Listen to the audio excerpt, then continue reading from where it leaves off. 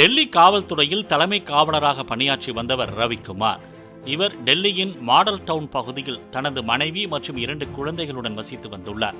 கடந்த 28ஆம் தேதியன்று சக காவலர் ஒருவர் பணியிடம் மாறுவதால் பிரிவு உபச்சார விழா நடைபெற்றுள்ளது. இதில் பங்கேற்ற ரவிக்குமார் பாடலுக்கேற்றவாறு மகிழ்ச்சியாக நடனமாடி மகிழ்ந்துள்ளார்.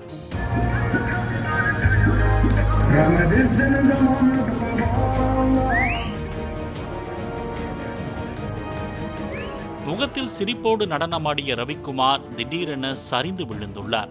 அருகில் இருந்தவர்கள் உடனே ரவிக்குமாரை மீட்டு மருத்துவமனைக்கு அழைத்துச் சென்றுள்ளனர். ஆனால் ரவிக்குமார் ஏற்கனவே உயிரிழந்து விட்டதாக மருத்துவர்கள் தெரிவித்துள்ளனர். ரவிக்குமார் 45 நாட்களுக்கு முன்புதான் ஆஞ்சியோகிராம் சிகிச்சை செய்து கொண்டது தெரியவந்துள்ளது. அறிக்கையில் நெஞ்சுவலி காரணமாக இறந்ததாக குறிப்பிட்டுள்ளனர்.